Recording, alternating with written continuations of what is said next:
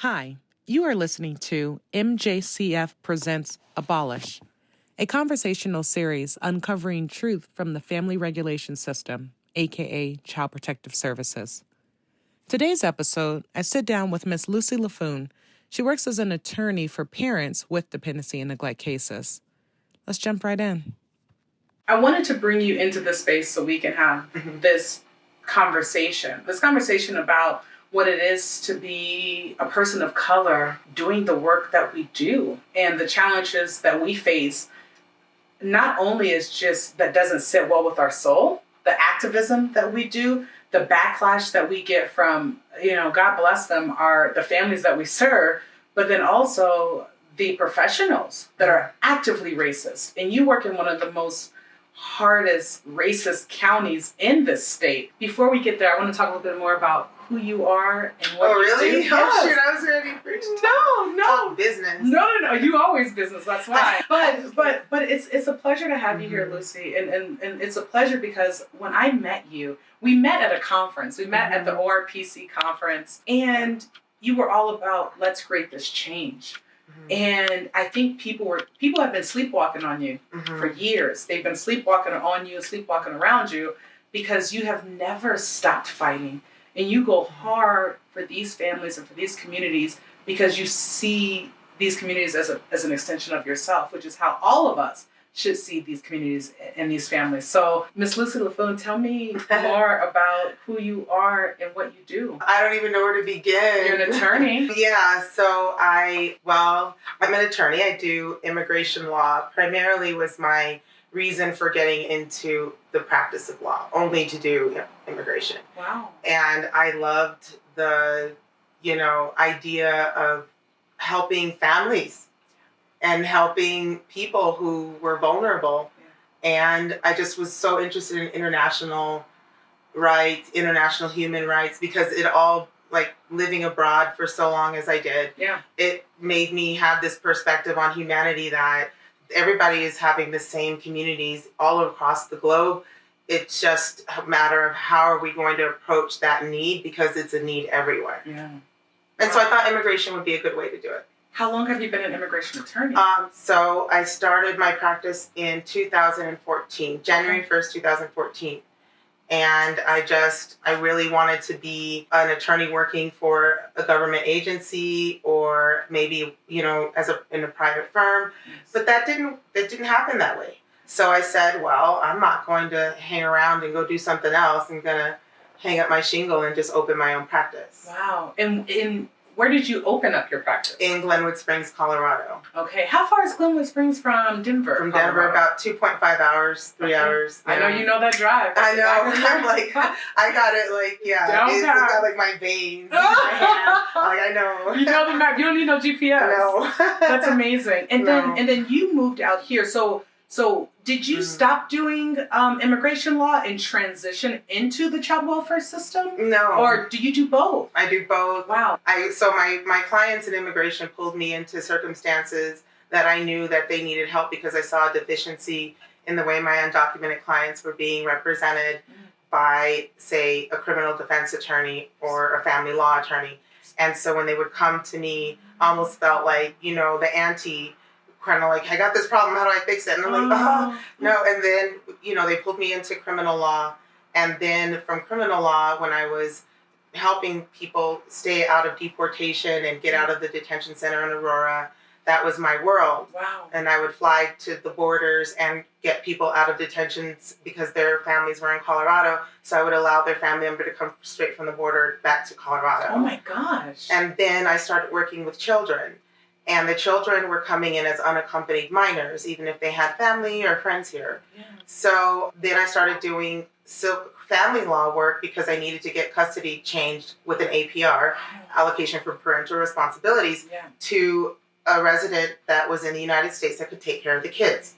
Wow. And then from there, I was in the family court. And so then when I got hooked up with trial advocacy with ADC, then some ORPC people were there. And one of the ladies, and I forget her name now, but she invited me. She said, oh, you speak several languages and you do immigration law, and then your brain is working on two different levels. Yeah. And I said, yeah, all the time. And And she asked me to apply to ORPC, and that's how I got into the family child welfare system. Wow.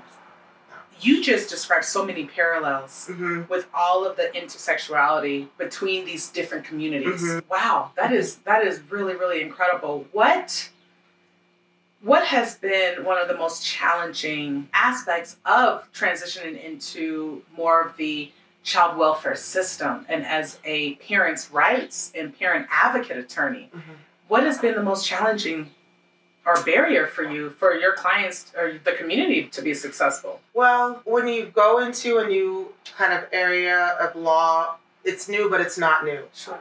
Because you encounter the same people and you encounter a certain quality of person. And I don't mean that for the negative or the positive, but you kind of meet the same characters. And I think that in the child welfare system, because it's such a sensitive area to be in, you have to have that compassion. Yeah. And it was probably meeting people who didn't have that compassion. That was what was maybe the most difficult. Wow. You know, I always describe the child welfare system law as emotional law. It's very, and the negative aspect about the emotions is that when the white America has all the power, their emotions are rooted in biases. And their biases are upgraded to privilege and then over to racism. So it's all about how they feel about a community that they're not even connected. It's about how they feel that something should happen with a family or children based off of strictly their emotions and their biases.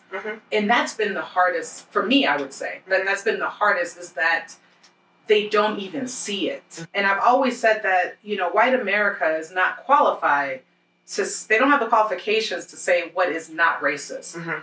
But they're experts on racism. They're experts on what is racism. But never ever are they able to say, that's not racist, because everything is rooted in racism, systemic racism. Please. No, I agree. That is something that is prevalent from day one when you start working around what I would say is the central point is law enforcement. Law enforcement is why we have a lot of things going on in the world, for better or for worse. But we allow people to tell us that the way they police and have our expectations for civilization, then all of a sudden that's where you see that their perception is not my community's perception. Yes. And so, you know, in the court system, it's not so much so that, hey, you know, you did all the work and you got here and you can do good or whatever. It's like, are we advanced enough to understand that we also can make society change, but we have to come together and drop our biases in order for that objective that we claim to have, which is like a superfluous objective. It's just a cloud. Yeah. Is it an idea, or are we actually going to do the groundwork to get it done? Are we going to recognize that there are vulnerable populations within vulnerable populations? Yeah. And stop trying to put a paintbrush over the people that are coming in through the court system, be it for child welfare. Sure. You know, are we going to give the person a 360 view before we tell them what they have to do in order to be rehabilitated? And then who defines what rehabilitation is? Being a woman of color and being an attorney working in the child welfare system, working in the system that we all know is racist. We all know it's rooted in racism because the veins of white America is racism. And we know that intersectionality, what that looks like. I'm trying to think about this question because it's always convoluted. It's so much because you are Latina as well as African American, and you have these multiple cultures and you fight for everyone. Leaving the rural area of Glenwood Springs and moving to more of the urban area, Arapahoe County, what has been some of the parallels that you've experienced as a woman of color doing this work? We were just talking earlier about like getting discredited because, you know, you don't have their way of lawyering or the type of lawyer that they expect to have in their, you know, forum, then that's automatically you're discredited. And then, you know, even if you do have people that are there as supports, sometimes those might not be the kind of supports that you need, even though somebody tells you this is a support for you to, you know, integrate yourself into this forum. I see. What do those supports look like? They could say something like, here's a mentor, or here's somebody that you can reach out to. But, it's not the same thing as, like, say, if I reached out to you and you reached out to me, we wouldn't have that same camaraderie where I know that I can pick up the phone informally and hit you up and be like, hey, I got this going on. That's not the type of support that Blacks get in white America. Professionals, as maybe I see it. Perhaps other people have a different experience, but that has been mine. Absolutely. Mm-hmm. You're an attorney, and I'm a social worker, and I have been blessed to be able to work on cases with you, but we see it on two different levels. Mm-hmm. We see systemic racism on two different levels of how it affects our clients, because you're in the courthouse. I'm in a lot of meetings. I'm going after a lot of other caseworkers and so forth, and service providers, and then you're in the courtroom. Mm-hmm.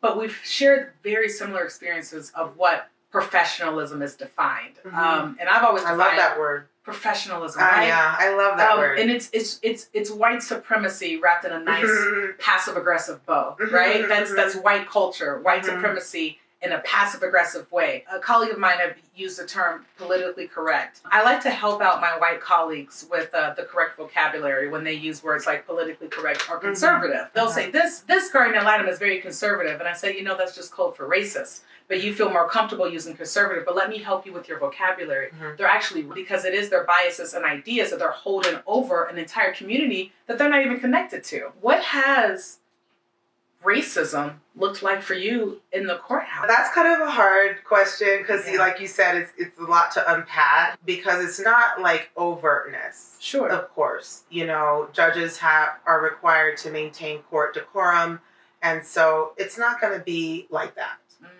Like what you have Hollywood racism, that I call, there's Hollywood racism, and then there's the day-to-day racism that we live our lives in. Sure.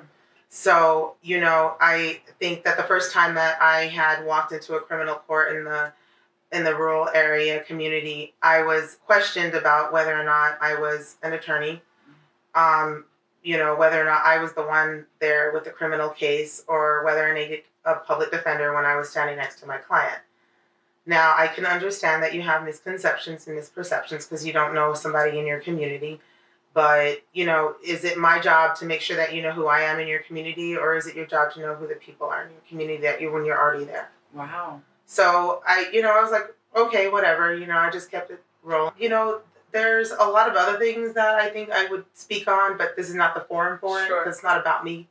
But I would say that it's more of the isolation that you feel.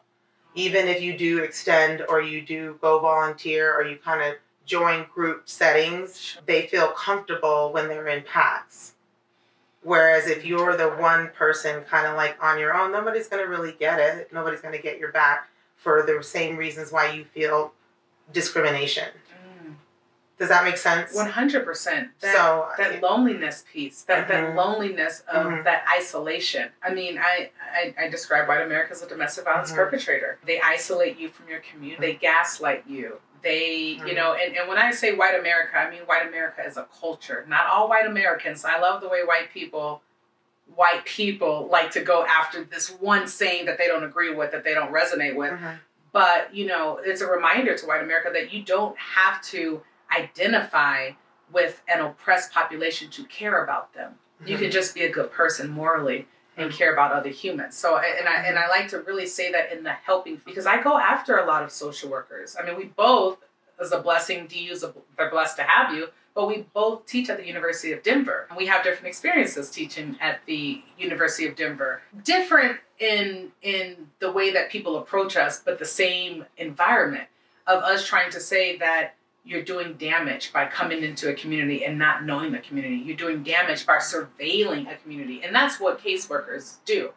They're surveillance. They're family regulators. And I think that is really important to know that as a professional, especially as a woman of color, in doing this, that a lot of the work that we do, in my opinion, it don't sit well with my soul.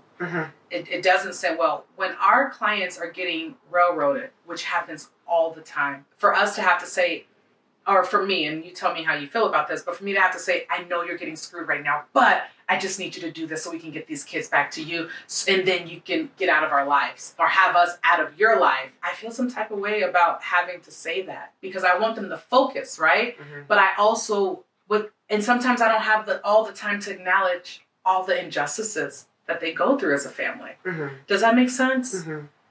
Yeah, and that's a lot. But, just speaking on more of what people don't know versus what they think they know. Yeah. And that goes back to what I was saying, like when you feel isolated, it's because somebody already has a preconceived idea or they think they know something, or it's kind of like, oh, like if you walk into the doors in the courtroom, you don't want somebody to be like, hey, oh no, you didn't. And I'm like, what? That's not even me. What is that a greeting? Is that how you identify with me? It's okay. So, like, I just feel like it's more of just a misunderstanding and a lack of knowledge. We can always bring it back together where we have knowledge and we actually open our minds to actually receive the information and absorb it and do something with it, not let it sit there. Sure. Is it our jobs to educate? I don't, yeah, why not? Who else? If I don't do it, that's why I was really happy to be in the mountains because I knew what I was dealing with. It's not like I didn't know or I stepped in and said, ooh, okie dokie. I already knew what my enemy looked like. I just let them identify themselves. Wow. And when they did, I was like, oh, okay, then whoop. And then I just kept doing what I wanted to do, which was to raise awareness in the communities, raise awareness about bilingual necessity for interpreters in courtrooms and having bilingual documents because a lot of the people in the community from the Latina community are being arrested and they don't know the laws. A lot of my clients that are undocumented, may or may not have known certain things that I have seen, and so when I go into the courtroom and I saw a lot of brown-skinned people, I was like, we're not getting the message to them. Wow. That's what I thought. And that's where my head went. And then I dealt with whatever was on the side, but I feel like, I did what I had to do because when I started seeing bilingual documents in places that weren't there before, I just felt like, okay, cool, we got this. We're making, so it was beautiful that you were actually able to see some kind of progress and some kind of change. Mm-hmm. Are you seeing that progress and change here in Arapahoe County? I don't know about that. So don't push it. Don't push it. I don't know about that. I think it takes time and it takes the right people. And I would say I believe that if you just hold your truth, the right people will show up. Mm-hmm. And when those right people show up, then it becomes an extension of other people who will also show up. And that's where the change comes. Wow. That's what I think. You give me so much hope, Lucy. No, I need this because I'm like, in my left hand, I'm just like, okay, I have my lighter fluid. In my right hand, I have my match. And you're just like, here's a glass of water. And I'm like, oh, okay, I'll sit that down for a minute. And maybe I just need to hydrate because what you're saying absolutely makes sense. Change takes time. We can't ask and demand for it and then get mad when they start trying.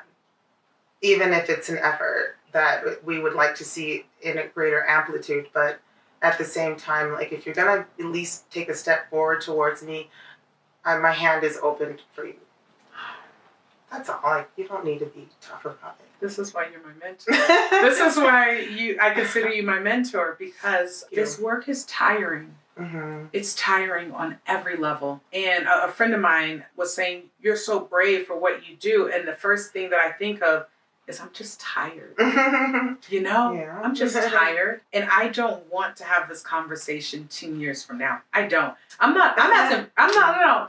10 years is way too long. I'm not doing it. Mm-hmm. I'm trying to live in my 40s free. I'm trying to be free in my 40s. Yeah. I don't want to have the same conversation a decade from now whenever we know better. Mm-hmm. Because now we do know better, right? Mm-hmm. But I love that that's your aspect because I think that the way that I think we need both, right? We were talking about, MLK mm-hmm. and Malcolm X. Mm-hmm. And I think we need both. Mm-hmm.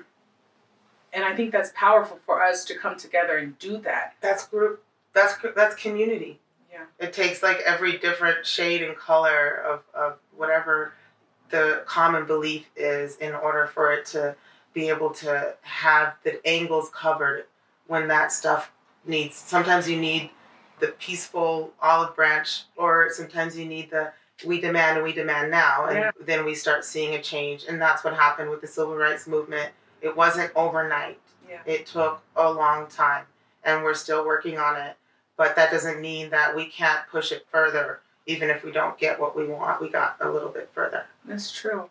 That's I respect that 100%. And plus, Lucy, you ride with me. You ride with me always. I get in there and fight too. I like to get taped up. Yeah. I get taped up. I feel that's what I feel like. I want to tape up. Yeah. And then just do some. You duke it 1, out. 2, 1, 2. You've always done that too. Like you've been about that life. I think ORP's, the Office of Parents Council, are blessed to have you. The families are blessed to have you because you fight like it is your family. And that's a culture piece. And I think that's what's different when having, shout out to my beautiful allies, right? Mm-hmm. Like we have an ally here in our office. Ashley Radcliffe is amazing. Yeah. Shout out to Ashley. She goes hard. Mm-hmm. She goes hard in every aspect because she sees it as her family. Yep. And those are the people that we need to do this. Mm-hmm. I think that I get a little impatient of people that have said the phrase, I've been doing this since ... right? 10 years, 15 years, 25 years. And I'm like, what does that mean? What does that mean for you? And what change have you made as far as anti-racism work? Because if you can't talk anti-racism work to me, I don't care if you've been doing this before Jesus came. You are in the way of progress because we're moving towards anti-racism. We don't choose anymore. It's either racism or it's anti. You're either with racism or you're fighting against it. There is nothing in between. There is no such thing, in my opinion, of good white people. There is no such thing as good white people. And those are the people that just sat in the middle. The observers, right? The observers. That's how I see it. You're either racist or you're anti. But if you're just sitting there, that's tough. You're on the side of my oppressor.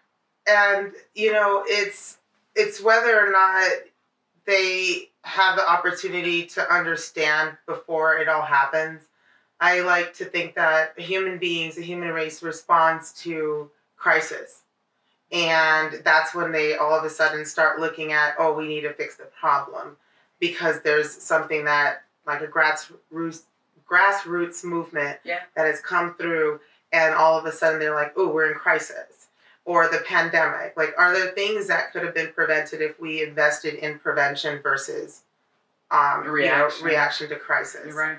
And in that sense, with these different agencies and people that are there to help, it would be nice if we could come together a lot more often. And I know they're trying to do that in the best practices, team meetings and things. The culture of the people that are in the child welfare system, it requires a lot more attention and scientific knowledge. I think you have to know your history.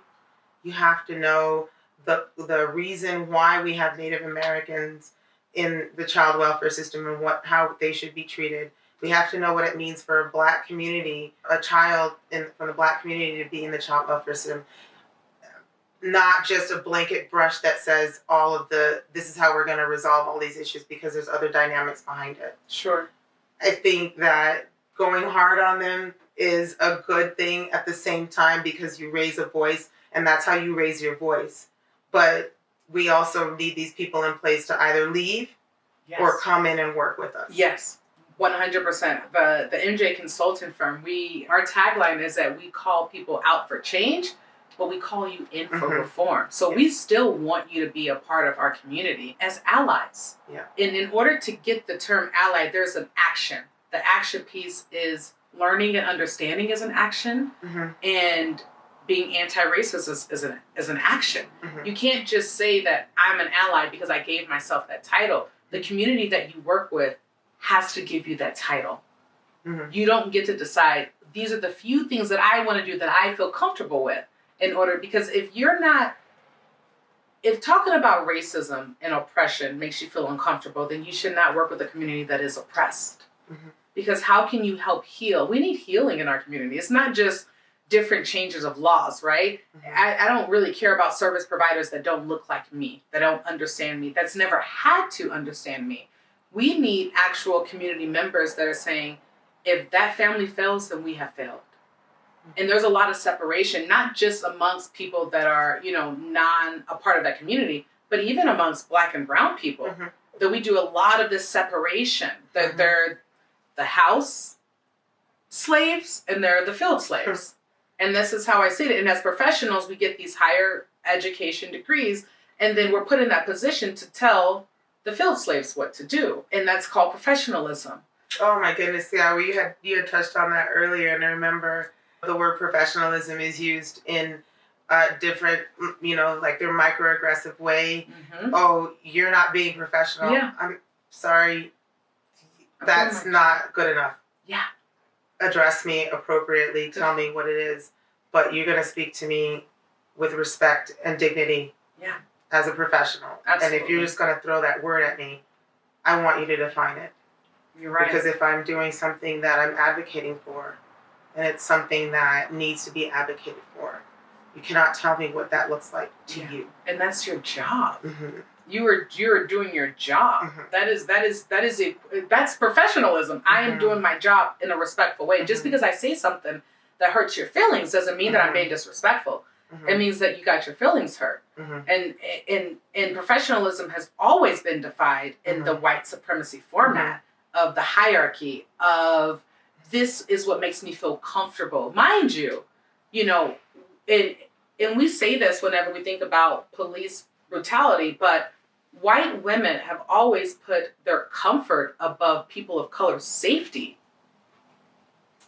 Emmett Till, Tulsa Race Riot. I am offended that I don't feel comfortable with who you are as a human being.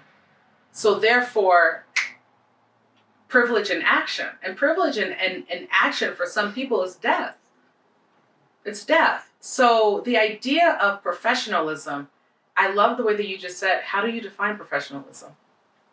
How do you define it? Because we know that that's how it's defined. And now people of color, because we have had to assimilate in this professional world in white America, is that now we start speaking passive aggressively now. That's their language. That's their language. Yeah. You speak multiple different languages. And to be a professional in white America, passive aggressive becomes a language that we speak. So I remember I told my colleagues, I said, you speak that fluently. This is my second, third language. So I don't speak it fluently. So I'm sorry that I'm not that good at speaking passive aggressive because that's not natural to me. Yep. And at the end of the day, again, it's something where I'm not going to fight and I'm not going to die on that hill. I'm just saying, we're having a conversation. We're talking about what we see in our perception. This is an opportunity to do that. But the focus is on what's going to help the community and the families that we work for. Yeah, you're right. I do have that side of me that wants that, to tear down those walls. But I did decide to come into this profession for a reason. And that's never going to throw me off my game. Good for you. We're so blessed to have you, Lucy. We as a community are just so blessed to have you. Thank you. I didn't see it that way, but thank you. No, oh my gosh, to have someone that advocates effectively. I see you put on, your tape as you're getting ready to go in, and you are sometimes the only one. What would be your recommendations to help us move forward a little faster? Oh, no, I don't know. I think that we have to make sure that how would I describe it? That world that has that power, that world that has that leadership that, we look to as leaders in our communities, that they really take a look at what is going on the middle level. Because you can have a great person in office, or you can have a wonderful judge, but who's working underneath them, and what does that look like? Because I think that's where it's all convoluted. You can come into office or get voted in for whatever reason because you have a platform, but are you sure that the people underneath you that are going to be working the work, doing the grunt work, not the face, are understanding what the mission is? Yeah. Are we all on board? Are we all on the same mission? That would be my recommendation. Are we going to decide what this is supposed to look like in the future? Other than that, there's a host of things we could talk about with civil rights and international laws and things. But I just always want to take it to the human perspective. Yeah, that makes a lot of sense. But you're gonna get in there and get them. You are. I mean, I think we need both, like you said. Mm-hmm. I think we need the olive branch, and then I need, to hit you over the head with the branch at the same time. And I'm comfortable with both. I'm comfortable with both. I appreciate your time. I appreciate your time and who you are and what you do. And you have, like I said, it's just a blessing. I always consider you my mentor since I met you. Well, you're brilliant. You're absolutely brilliant. And I don't blow smoke because I don't blow smoke because that's just not who I am. But I like to bring people that are so authentically who they are and that are about that life on this show, because even though we go about it two different ways and we're in two different professions, we still have the same goal. And that is for us to come together as a community and to fight for everyone to have equality and justice. Yeah. And then that piece of healing. We can't have healing without justice. Yeah. We can't. So we have to acknowledge the injustices, work on those, and that's what you do. And then we come together as a community and say, wow, wasn't that woo? And now look where we are now. And I think we can get there in this time. I do. I agree with you. It has to. Maybe before our Mexico trip. Maybe before our trip to Belize. Yeah, Belize is fun. We can do that. But thank you for coming, and thank you for joining us. Yeah, thank you so much for having me. I enjoyed this. Thank you. Absolutely. Thanks for watching. And don't forget to tune in next week, Wednesday, 12 p.m. Mountain Time, for a live debrief with our special guest. We look forward to having you join the conversation.